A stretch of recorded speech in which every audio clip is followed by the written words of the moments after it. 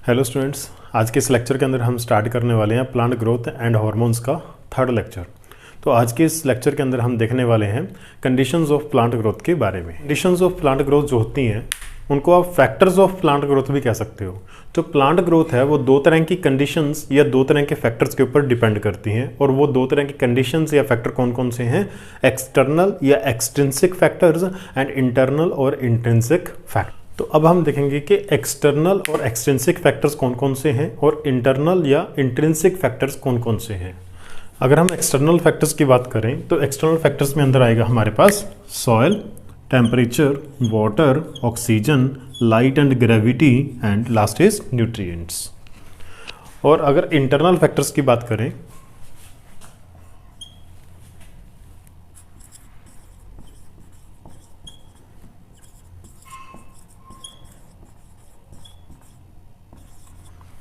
तो हमारे पास आते हैं दो फैक्टर्स। वो कौन कौन से हैं? Genes and hormones. Genes and hormones. तो चलिए स्टार्ट करते हैं एक्सटर्नल या एक्सट्रिंसिक फैक्टर से कि एक्सटर्नल और एक्सट्रिंसिक फैक्टर्स क्या होते हैं और वो कैसे प्लांट की ग्रोथ को इफेक्ट करते हैं। देखिए, एक्सटर्नल फैक्टर्स या एक्सट्रिंसिक फैक्टर्स क्या होते हैं? ऐसे फैक्टर जो प्लांट की बॉडी के अंदर नहीं बाहर प्रेजेंट है, यानी कि एनवायरनमेंट में प्रेजेंट है। तो आप इनको एनवायरमेंटल फैक्टर्स भी कह सकते हो कि बाहर एनवायरनमेंट के अंदर जो जो फैक्टर, जैसे कि टेम्परेचर की अगर बात करें तो टेम्परेचर बाहर से होता है, प्लांट की बॉडी के अंदर टेम्परेचर प्रोड्यूस नहीं होता। सॉइल प्लांट की बॉडी के बाहर होती है, लाइट एंड ग्रेविटी वो भी बाहर होती है, ठीक है। न्यूट्रिएंट भी बाहर से मिलते हैं, ऑक्सीजन भी बाहर से मिलती है और वाटर भी बाहर से मिलता है। तो ऐसे फैक्टर जो एनवायरनमेंट के अंदर प्रेजेंट हैं और प्लांट की ग्रोथ को इफेक्ट करते हैं उनको हम बोलते हैं एक्सटर्नल या फिर एक्सट्रिंसिक फैक्टर्स। तो आप इनको एनवायरमेंटल फैक्टर्स भी कह सकते हो, आप इनको एनवायरमेंटल फैक्टर्स भी कह सकते हो, क्योंकि एनवायरनमेंट के अंदर ये प्रेजेंट हैं और प्लांट की ग्रोथ को इफेक्ट करते हैं। आई होप कि आपको समझ आया। तो सबसे पहले हम बात करते हैं सॉइल। देखिए, कोई भी प्लांट है, कोई भी प्लांट या क्रॉप की बात कर लो, उसके लिए एक फिक्स पीएच ऑफ सॉइल की रिक्वायरमेंट होती है। अगर उस फिक्स मतलब उस रेंज ऑफ पीएच से कम या ज़्यादा अगर सॉइल की पीएच होगी तो प्लांट की ग्रोथ को एडवर्सली इफेक्ट करेगी। तो आप इसको कैसे समझ सकते हो? ठीक है, देखिए कोई भी प्लांट है, ठीक है, उसकी एक फिक्स रेंज ऑफ, ठीक है, grow in a range of pH. भाई प्लांट को ग्रो करने के लिए सॉइल की एक रेंज ऑफ पीएच चाहिए होती है, ठीक है। सपोज करो 5 to 7 चाहिए, ठीक है। अगर सॉइल की पीएच 5 से कम होगी या 7 से ज़्यादा होगी तो इस पीएच के ज़्यादा होने से या पीएच के कम होने से जो प्लांट की ग्रोथ है वो एडवर्सली इफेक्ट होगी। वो कैसे इफेक्ट होगी? वो एडवर्सली इफेक्ट होगी। तो इसलिए सॉइल क्या है? सॉइल एक ऐसा फैक्टर है जो प्लांट की ग्रोथ को इफेक्ट करता है।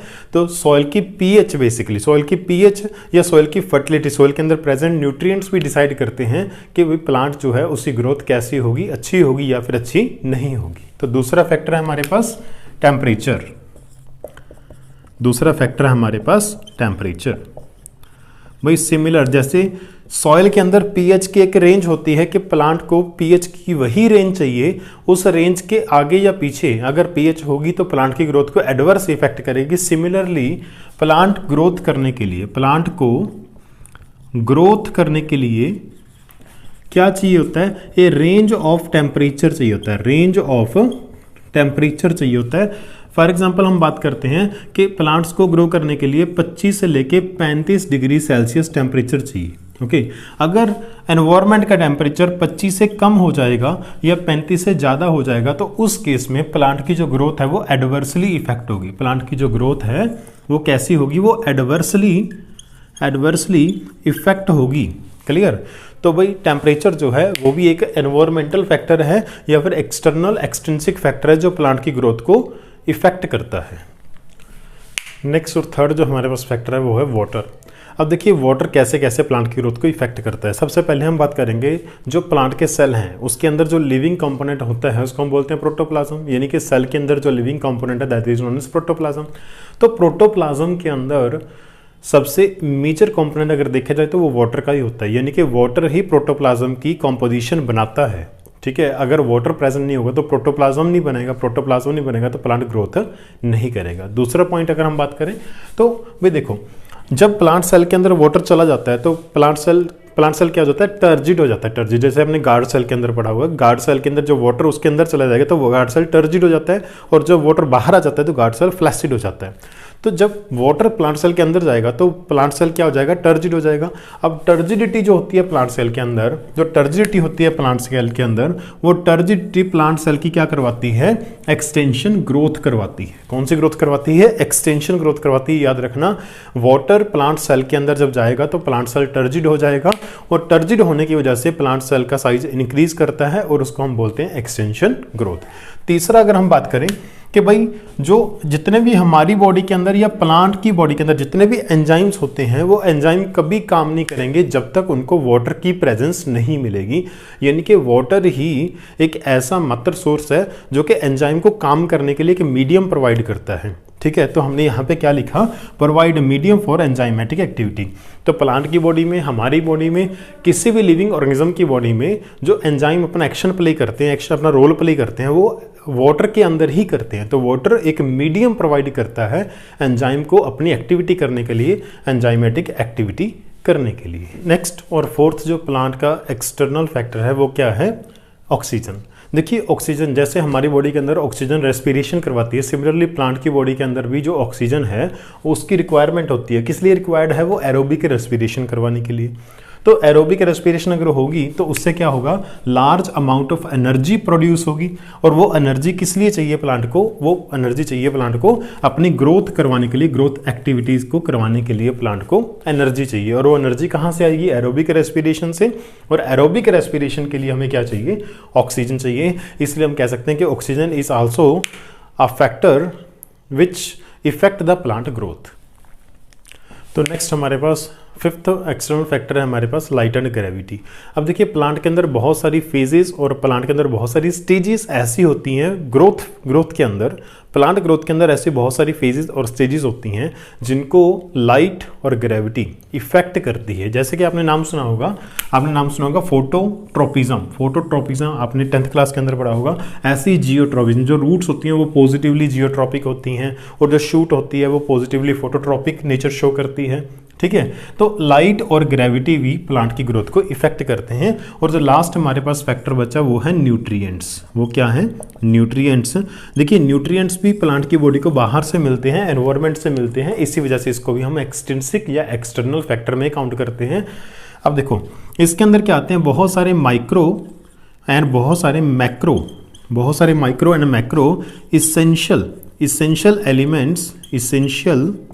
इसेंशियल एलिमेंट्स को हम किस में काउंट करते हैं, हम इन micro and macro essential elements को हम न्यूट्रिएंट्स में काउंट करते हैं। ठीक है, और ये एलिमेंट्स जो होते हैं, ये एलिमेंट्स दो काम करते हैं। एक तो रॉ मटेरियल की तरह एक्ट करते हैं, एक्ट एज रॉ मटेरियल, यानी कि कच्चे माल की तरह एक्ट करते हैं। अगर रॉ मटेरियल सेल को मिलेगा तभी सेल नए ऑर्गेनेलिज और नया डीएनए बनाएगा, और तभी सेल जो है डिवाइड करके नए सेल बनाएगा और प्लांट ग्रोथ करेगा। तो ये रॉ मटेरियल की तरह काम करते हैं। दूसरा, ये act as source of energy, ये सोर्स ऑफ एनर्जी की तरह भी एक्ट करते हैं। यानी कि जैसे सपोज करो हम ग्लूकोज की बात करते हैं, ठीक है, एलिमेंट्स के अंदर तो ग्लूकोज भी आ सकता है, तो ग्लूकोज जो है वो एनर्जी प्रोवाइड करने का काम करता है। तो देखिए नेक्स्ट हम बात करने वाले हैं इंटरनल या फिर इंट्रिंसिक फैक्टर्स, जो ऐसे फैक्टर जो प्लांट बॉडी के अंदर प्रेजेंट होते हैं, जो बॉडी के अंदर प्रेजेंट होते हैं और अंदर से ही वो प्लांट की ग्रोथ को इफेक्ट करते हैं। तो ऐसे फैक्टर्स को हम क्या बोलेंगे, इंट्रिंसिक या फिर internal factors affecting the plant growth. For example हमारे पास सबसे पहले है जीन्स। देखिए जीन्स क्या होते हैं, आपको पता है कि जीन्स डीएनए की सेगमेंट्स को बोला जाता है। जीन्स ये डीएनए के सेगमेंट्स को बोला जाता है। तो यानी कि डीएनए के सेगमेंट यानी कि जो जीन होते हैं वो डिसाइड करते हैं कि जो प्लांट की ग्रोथ है वो कितनी होगी या कितनी नहीं होगी, यानी कि growth of the organism, growth of the plant. कोई भी लिविंग ऑर्गेनिज्म है उसकी जो बॉडी ने ग्रोथ करनी है वो मेजरली डिपेंड करती है कि उसकी बॉडी के अंदर कैसा डीएनए, कैसा जीन प्रेजेंट है। वो जीन ही डिसाइड करता है कि ग्रोथ कितनी होगी और कितनी नहीं होगी। जैसे आपने जेनेटिक्स के अंदर भी 10th क्लास के अंदर पढ़ा है, कैपिटल टी अगर प्रेजेंट होगा, जीन्स प्रेजेंट होंगे तो ऑर्गेनिज्म की जो प्लांट है उसकी हाइट टॉल होगी। अगर स्मॉल टी जीन प्रेजेंट होंगे तो प्लांट की जो हाइट है वो कैसी होगी, स्मॉल होगी, यानी कि ड्वार्फ होगी। क्लियर? तो जीन्स पे डिपेंड करता है। और जीन्स अगर मैं आपको बताऊं कि ये डीएनए या फिर जीन कहाँ पे प्रेजेंट होते हैं, ये क्रोमोसोम के अंदर प्रेजेंट होते हैं। ये क्रोमोसोम के अंदर प्रेजेंट होते हैं। और क्रोमोसोम कहाँ पे होते हैं? क्रोमोसोम न्यूक्लियस के अंदर होते हैं। और न्यूक्लियस कहाँ पे होता है? न्यूक्लियस सेल के अंदर होता है, सेल के इनसाइड होता है। तो आप जीन को क्या बोल सकते हो? Intracellular factor. इंट्रा का मतलब होता है इनसाइड, इंट्रा का मतलब होता है इनसाइड, इंट्रासेल्यूलर यानी कि सेल के इनसाइड जो फैक्टर है हम उसकी बात कर रहे हैं। तो जीन जो होते हैं वो इंट्रासेल्यूलर या इनसाइड द सेल ऐसे फैक्टर्स हैं जो प्लांट की ग्रोथ को इफेक्ट करते हैं। देखो, इंटरनल यानी कि इंट्रिंसिक यानी कि प्लांट की बॉडी के अंदर, इंट्रासेल्यूलर यानी कि सेल के अंदर प्रेजेंट है ये फैक्टर। दूसरा हम नेक्स्ट बात करेंगे हार्मोन्स की।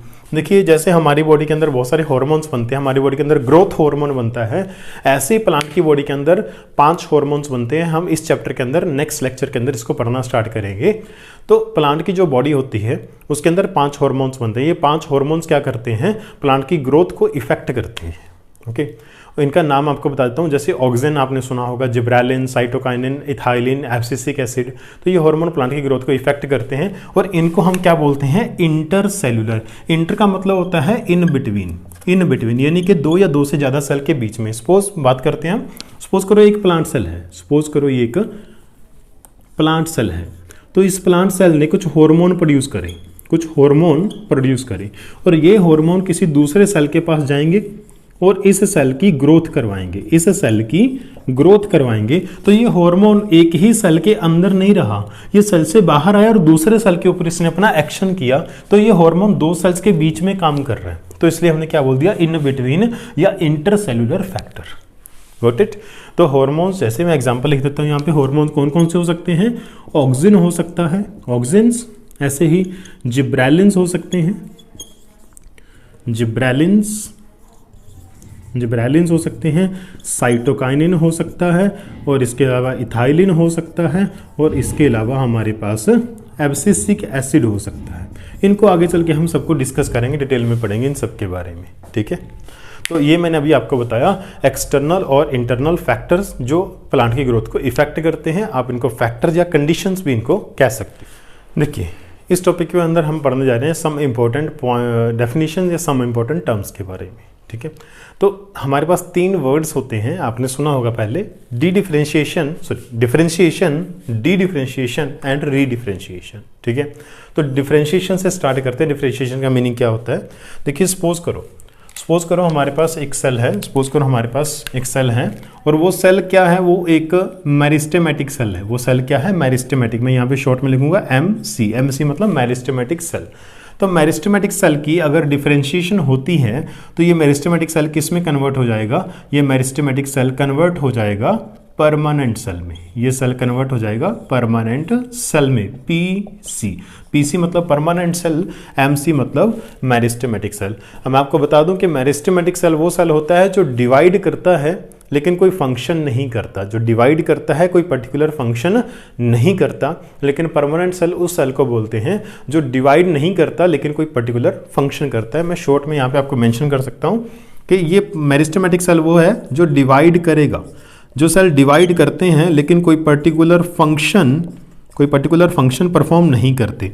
लेकिन परमानेंट सेल ऐसे होते हैं जो डिवाइड नहीं करते लेकिन कोई पर्टिकुलर फंक्शन को परफॉर्म करते हैं, ठीक है। तो अगर कोई सेल मेरिस्टेमेटिक से परमानेंट हो जाता है तो उसको हम बोलते हैं differentiation process. The conversion of meristematic cell into permanent cell is known as a differentiation process. और ये डिफरेंशिएशन प्रोसेस हमें कहाँ देखने को मिलती है भाई?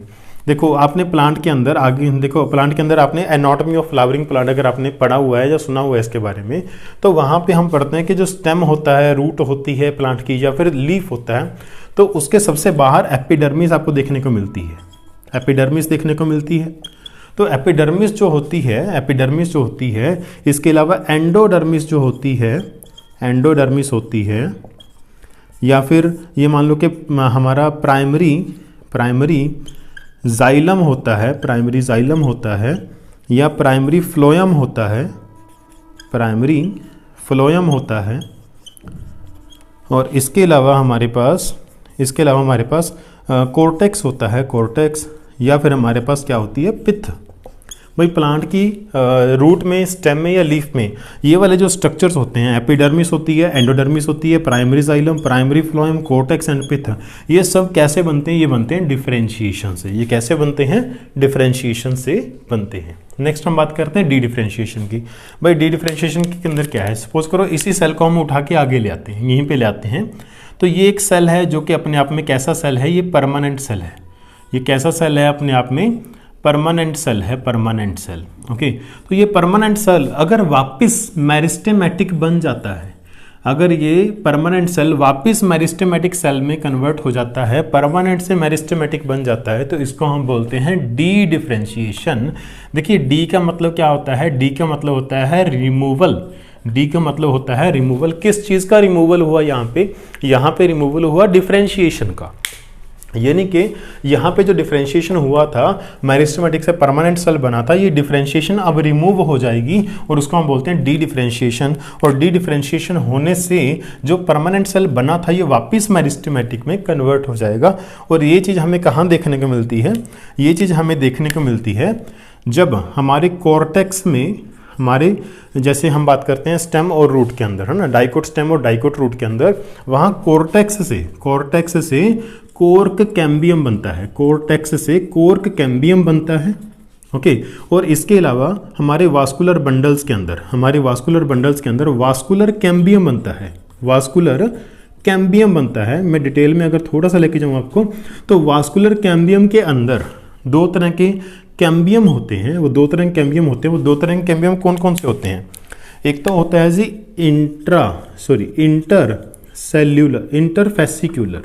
इंटरफेसिक्यूलर कैम्बियम, एक होता है इंट्राफेसिक्यूलर कैम्बियम।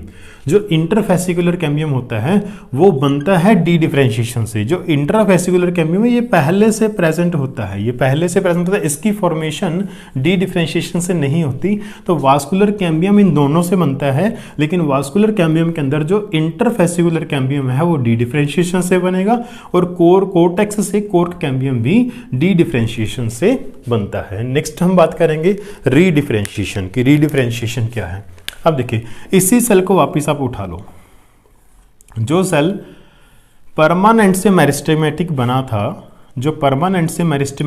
था, अब ये सेल फिर से डिफरेंशिएशन कर रहा है। री मतलब रिवाइज्ड या रिपीटेड, यानी कि इस सेल ने पहले डिफरेंशिएशन किया था, अब ये दूसरी बार डिफरेंशिएशन कर रहा है। ठीक है, तो ये रिपीट कर रहा है या फिर ये रिवाइज कर रहा है, तो इसको हम बोलते हैं, और वापस ये मेरिस्टेमेटिक से क्या बन जाएगा? फिर से परमानेंट बन जाएगा। देखो ये एक बार परमानेंट बन गया था, फिर से मेरिस्टेमेटिक हो गया, फिर से परमानेंट बन रहा है, तो इसको हम क्या कहेंगे? इसको हम बोलेंगे रीडिफरेंशिएशन।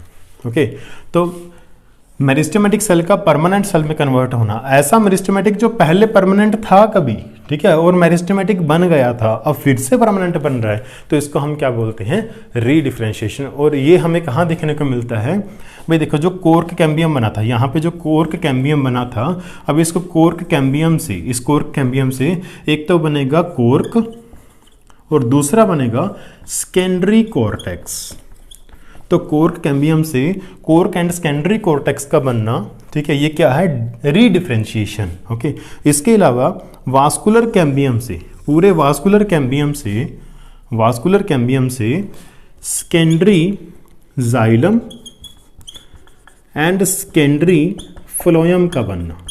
सेकेंडरी जाइलम और सेकेंडरी फ्लोएम जो बनता है हमारे वास्कुलर कैम्बियम से, that is also due to the रीडिफरेंशिएशन।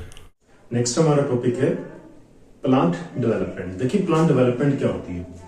Plant की लाइफ कब से स्टार्ट होती है? जब हम सीड को सो करते हैं, यानी कि सीड जर्मिनेशन से पहले। तो हम बात करेंगे सीड जर्मिनेशन। तो सीड जर्मिनेशन से लेके प्लांट बनना और प्लांट डेथ, सीड जर्मिनेशन से लेके प्लांट डेथ तक जितने भी चेंजेस आते हैं प्लांट की बॉडी के अंदर, उन सभी चेंजेस को हम क्या बोलते हैं? Plant development. तो आप प्लांट डेवलपमेंट को कैसे एक्सप्लेन कर सकते हो कि भाई देखो, सीड जर्मिनेशन से लेके, सीड जर्मिनेशन से प्लांट डेथ तक जितने भी चेंजेस आएंगे, यहां पे भाई जितने भी चेंजेस आएंगे, यहां पे जितने भी चेंजेस आएंगे, उन सभी चेंजेस को हम किसमें इंक्लूड करते हैं? उन सभी चेंजेस को मिला के हम बोलते हैं प्लांट डेवलपमेंट। तो प्लांट डेवलपमेंट क्या होती है? all the changes that occur in the plant body, all the changes that occur in the plant body from seed germination to the plant death, from seed germination to the plant death are known as plant development। और इसके अंदर कौन कौन से step आएंगे? देखो, सबसे पहले आएगा हमारे पास सीड जर्मिनेशन। सबसे पहले हमारे पास आएगा सीड जर्मिनेशन। भाई सीड जर्मिनेशन के बाद यहां से प्ल्यूमल और रेडिकल निकलेगा, तो उसको हम बोलेंगे सीडलिंग फॉर्मेशन। उसको हम बोलते हैं सीडलिंग फॉर्मेशन। भाई सीडलिंग फॉर्मेशन के बाद नेक्स्ट जो स्टेज आती है या नेक्स्ट जो फेज आता है, उसको हम बोलते हैं वेजिटेटिव फेज। वेजिटेटिव फेज और vegetative, this is number 1, this is number 2, this is number 3। और वेजिटेटिव फेज के बाद आएगा रिप्रोडक्टिव फेज।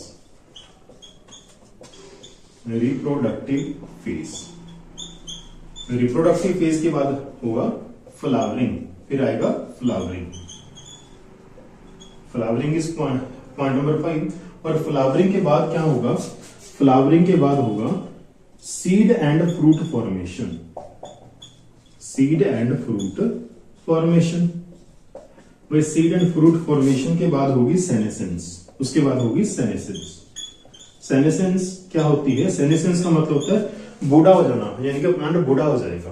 ओके, और बुढ़ापे के बाद क्या होगा? यानी कि सेनेसेंस के बाद क्या होगा? डेथ, प्लांट की डेथ हो जाएगी। This is the last stage. So seed germination और उसके बाद seedling formation, then vegetative phase of the plant, okay, then reproductive phase. Reproductive phase के बाद फ्लावरिंग होगी। फ्लावरिंग के बाद seed and fruit formation start हो जाएगी और उसके बाद सेनेसेंस एंड फाइनली क्या हो जाएगी? प्लांट की डेथ। तो इन सभी चेंजेस को 1 से लेके 8 तक, इन सभी चेंजेस को हम किसके अंदर इंक्लूड करते हैं? इन सभी को मिला के हम बोलते हैं प्लांट डेवलप। नेक्स्ट हम बात करने वाले हैं प्लांट सेल डेवलपमेंट की। प्लांट सेल डेवलपमेंट की, तो प्लांट सेल डेवलपमेंट के अंदर क्या होता है? देखो, सपोज करो हमारे पास एक सेल है, this is a plant cell, this is a plant cell. ये प्लांट सेल है और ये कौन सा है? This is meristematic cell. MC मतलब मेरिस्टेमेटिक सेल। ये मेरिस्टेमेटिक सेल है और मैंने आपको लास्ट लेक्चर्स के अंदर बताया हुआ है कि जो मेरिस्टेमेटिक सेल होते हैं उनका साइज स्मॉल होता है। उनका साइज कैसा होता है? स्मॉल साइज होता है। तो मैं यहाँ पे क्या लिखूंगा? Small size, small in size. भाई इसका साइज कैसा है? इसका स्मॉल साइज है। ओके, तो जब इसका साइज स्मॉल है तो ये सबसे पहले क्या करेगा? सबसे पहले ये प्लाज्मेटिक ग्रोथ करेगा।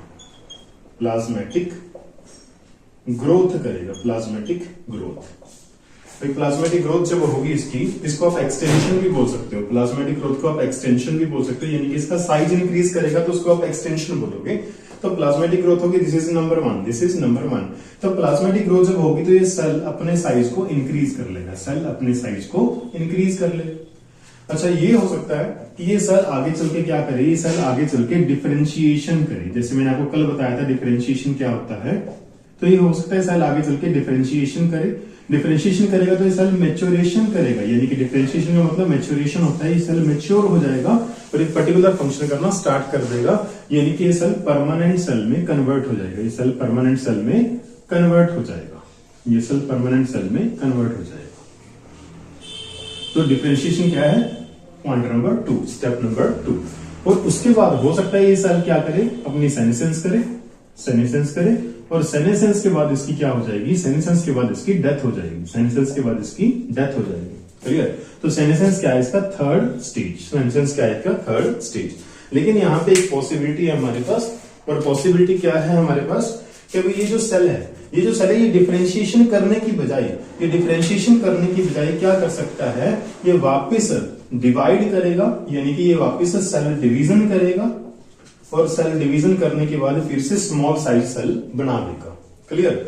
अच्छा, ये तो एक पॉसिबिलिटी, ये तो एक पॉसिबिलिटी होगी। और दूसरी पॉसिबिलिटी क्या है हमारे पास भाई? दूसरी पॉसिबिलिटी ये है कि ये जो सेल है, ये कौन सा सेल है? ये हमारे पास एक परमानेंट सेल है, क्योंकि इसकी डिफरेंशिएशन हो चुकी है, तो आप इसको परमानेंट सेल बोलोगे। ये कि परमानेंट सेल है, परमानेंट सेल है, लेकिन इसके अंदर ये पॉसिबिलिटी है कि ये सेल सेनेसेंस करने के बजाय वापस ये डिवाइड करना स्टार्ट कर दे, वापस ये डिवाइड करना स्टार्ट कर दे। अगर ये वापस डिवाइड करेगा तो कैसे करेगा? ये डिवाइड करेगा वापस डी डिफरेंशिएशन से। कैसे करेगा? डी डिफरेंशिएशन करेगा, और डी डिफरेंशिएशन करके ये वापस डिवाइड करना स्टार्ट कर सकता है, यानी कि परमानेंट सेल वापस मेरिस्टेमेटिक सेल में कन्वर्ट हो सकता है। क्लियर? तो ये तो है हमारे पास दो पॉसिबिलिटीज कि ये चीज हो सकती है, ये चीज हो सकती है, लेकिन ये चीज मोस्ट ऑफ द सेल के अंदर हमें देखने को मिलती है। तो अगर मैं आपको बोलूं कि प्लांट सेल डेवलपमेंट क्या होती है, तो प्लांट सेल डेवलपमेंट आपके सामने जो मैंने डायग्राम बनाया है, ये प्लांट सेल डेवलपमेंट का डायग्राम है। तो प्लांट सेल डेवलपमेंट के अंदर हम किसको इंक्लूड करते हैं? देखो, प्लांट सेल डेवलपमेंट। तो प्लांट सेल डेवलपमेंट के अंदर हमारे पास क्या आएगा? हमारे पास आएगा number 1, that is your प्लाज्मेटिक growth, that is your प्लाज्मेटिक growth, plus point number 2, that is differentiation, that is differentiation, plus point number 3, that is your senescence, that is your senescence. तो देखो, cell की प्लाज्मेटिक ग्रोथ का होना, उसके बाद differentiation का होना, और उसके बाद सेनेसेंस का होना, इन तीनों को अगर हम मिला दें तो this is the plant cell development, this is the plant cell development. इसको प्लांट सेल डेवलपमेंट के अंदर इंक्लूड नहीं करते, these are the possibilities, these are possibilities. Next हमारा टॉपिक है प्लास्टिसिटी। तो प्लास्टिसिटी क्या होता है? देखिए प्लांट के अंदर ना, प्लांट के अंदर बहुत सारे बायोकेमिकल पाथवेज होते हैं। बायोकेमिकल पाथवे यानी कि बायोकेमिकल प्रोसेस, जैसे हमारे अंदर होती हैं, बाकी एनिमल्स और बाकी लिविंग ऑर्गेनिज्म के अंदर होती हैं, ऐसे प्लांट के अंदर बहुत सारी बायोकेमिकल पाथवेज, बायोकेमिकल प्रोसेस होती हैं। ये बायोकेमिकल प्रोसेस ही डिसाइड करती हैं कि उसके मॉर्फोलॉजिकल और एनाटॉमिकल स्ट्रक्चर कैसा होगा। ठीक है, तो मैं यहाँ पे ये बताना चाहता हूँ कि प्लांट क्या है? प्लांट लिविंग ऑर्गेनिजम्स हैं। प्लांट क्या है? लिविंग ऑर्गेनिजम्स हैं। प्लांट लिविंग ऑर्गेनिजम्स हैं। तो लिविंग ऑर्गेनिज्म जो होते हैं, हमें पता है कि जो लिविंग ऑर्गेनिज्म होते हैं वो एनवायरनमेंट को रिस्पॉन्ड करते हैं, वो एनवायरनमेंट को रिस्पॉन्ड करते हैं। सिमिलरली जो प्लांट हैं वो एनवायरनमेंट को भी रिस्पॉन्ड करते हैं, और डिफरेंट फेसेस ऑफ लाइफ जो हमने थोड़ी देर पहले पढ़े थे ना, जैसे seed formation, seed germination, seedling formation, vegetative phase, reproductive phase, flowering, ये सारे फेजेस ऑफ प्लांट लाइफ हैं। तो अलग अलग फेजेस ऑफ लाइफ और एनवायरनमेंट को प्लांट क्या करते हैं? रिस्पॉन्ड करते हैं। जब प्लांट इन अलग अलग एनवायरनमेंट और फेजेस ऑफ लाइफ के अंदर डिफरेंट बायोकेमिकल पाथवेज को फॉलो करते हैं, ओके, डिफरेंट एनवायरनमेंट और डिफरेंट फेजेस ऑफ लाइफ के अंदर जो प्लांट होते हैं उनका बायोकेमिकल पाथवे चेंज हो जाता है। ओके, अब बायोकेमिकल पाथवे जब डिफर करेगा तो मॉर्फोलॉजिकल स्ट्रक्चर भी डिफर करेंगी, तो उससे क्या होगा? डिफरेंट मॉर्फोलॉजिकल स्ट्रक्चर की फॉर्मेशन होगी। अब डिफरेंट मॉर्फोलॉजिकल स्ट्रक्चर की फॉर्मेशन होने को हम क्या बोलते हैं? प्लास्टिसिटी। सपोज करके हम एग्जांपल की बात करते हैं। सपोज करो, देखो हेट्रो का मतलब क्या होता है? हेट्रो का मतलब होता है डिफरेंट। हेट्रो का मतलब क्या होता है? डिफरेंट। ओके, और फिली वर्ड हम यूज करते हैं लीव्स के लिए। फिली वर्ड हम यूज करते हैं लीव्स के लिए, यानी कि सपोज करो एक प्लांट है, वो प्लांट डिफरेंट एनवायरमेंटल कंडीशंस में या फिर डिफरेंट फेज ऑफ लाइफ में लीफ बनाता है, और लीफ भी डिफरेंट होते हैं। ओके, यानी कि एनवायरमेंट की हम बात करेंगे आगे चल के, हम एग्जांपल लेने वाले हैं कि डिफरेंट एनवायरमेंट का मतलब है एक inside the water, inside and outside the water, outside the water, यानी कि एनवायरनमेंट चेंज हो गया ना, कि इनसाइड द वाटर अलग एनवायरनमेंट है, आउटसाइड द वाटर अलग एनवायरनमेंट है। तो एनवायरनमेंट चेंज होने की वजह से लीफ का स्ट्रक्चर चेंज होगा। ओके, ऐसे ही फेजेस ऑफ लाइफ, देखो phases of life vegetative phase की बात कर सकते हैं, या फिर हम बात करेंगे रिप्रोडक्टिव फेज के अंदर। ठीक है। तो रिप्रोडक्टिव फेज के अंदर लीफ का स्ट्रक्चर अलग होगा और वेजिटेटिव फेज के अंदर लीफ का स्ट्रक्चर अलग होगा। तो डिफरेंट फेज ऑफ लाइफ के अंदर स्ट्रक्चर अलग है और डिफरेंट एनवायरनमेंट के अंदर भी लीफ का स्ट्रक्चर अलग है। इसको हम क्या बोलते हैं, प्लास्टिसिटी। और प्लास्टिसिटी की एग्जांपल क्या है हमारे पास, हेट्रोफिली। और हेट्रोफिली हमें कहाँ देखने को मिलती है, कॉटन प्लांट के अंदर, कोरिएंडर प्लांट के अंदर, लार्कस्पर के अंदर और बटरकप प्लांट्स के अंदर। तो चलिए देख लेते हैं हेट्रोफिली क्या है। देखिए मैंने हेट्रोफिली जैसे आपको बताया कि heterophylly means different type of leaves. Heterophylly means, hetero means different, hetero means different, phylly means leaves. यानी कि एक ही प्लांट है, उस प्लांट के अंदर डिफरेंट टाइप ऑफ लीफ बनते हैं। ठीक है, क्यों बनते हैं, क्योंकि plant different biochemical pathway follow करेगा। क्यों फॉलो करेगा, क्योंकि या तो stage of phase of life यानी कि डेवलपमेंटल स्टेज चेंज हो रही है, या फिर उसका एनवायरनमेंट चेंज हो रहा है, तो ये एग्जांपल है। ये एग्जांपल किसका है, या तो हम बात करेंगे कॉटन प्लांट की, कॉटन प्लांट के अंदर, कोरिएंडर के प्लांट के अंदर, या फिर लार्कस्पर के अंदर। बड़ा इन प्लांट्स के अंदर होता क्या है, डिफरेंट डेवलपमेंटल स्टेजेस के अंदर यानी कि different phases of life of plant के अंदर, अगर मैं बात करूं वेजिटेटिव फेज के अंदर, तो वेजिटेटिव फेज के अंदर लीफ का स्ट्रक्चर कुछ ऐसा होता है। ओके, और अगर मैं बात करूं मेच्योरेशन फेज के अंदर, तो मेच्योरेशन फेज के अंदर लीफ का स्ट्रक्चर कुछ ऐसा हो जाता है। तो लीफ का स्ट्रक्चर जो है डिफरेंट हो गया, लीफ का स्ट्रक्चर डिफर कर गया, किसके बेस पे, डेवलपमेंटल स्टेज के बेस पे। तो हम इसको बोलते हैं डेवलपमेंटल हेट्रोफिली। ओके, और यहां पे हम देखते हैं, अगर हम बटरकप की बात करें तो बटरकप क्या है, बटरकप एक फैमिली का नाम है, इसके अंदर बहुत सारे प्लांट्स आते हैं। वैसे लार्कस्पर भी इसी फैमिली का मेंबर है। ओके, तो बटरकप के अंदर जितने प्लांट्स आते हैं, अगर वो प्लांट आउटसाइड, अगर उनका लीफ, अगर प्लांट का लीफ आउटसाइड द वाटर है, आउटसाइड यानी कि टेरेस्ट्रियल हैबिटेट में है, तो उस केस में लीफ का स्ट्रक्चर कुछ ऐसा होगा। अगर बटरकप का जो प्लांट है और लीफ पानी के अंदर डिप है यानी कि उसका एक्वेटिक हैबिटेट है, तो लीफ का स्ट्रक्चर कुछ ऐसा होगा, लीफ का स्ट्रक्चर कुछ ऐसा होगा। यानी कि एनवायरनमेंट चेंज होने से, ये वाटर के आउटसाइड है यानी कि ये लीफ पानी के ऊपर है और ये लीफ पानी के अंदर है। ठीक है, तो लीफ का जो है, प्लांट का जो है एनवायरनमेंट चेंज हो गया, एनवायरनमेंट चेंज होने से लीफ का स्ट्रक्चर चेंज हो गया, तो इसको हम क्या बोलेंगे, एनवायरमेंटल हेट्रोफिली। क्लियर। तो आज के इस लेक्चर में इतना ही, नेक्स्ट टॉपिक हम देखते हैं नेक्स्ट वीडियो के अंदर। Thank you, have a nice day.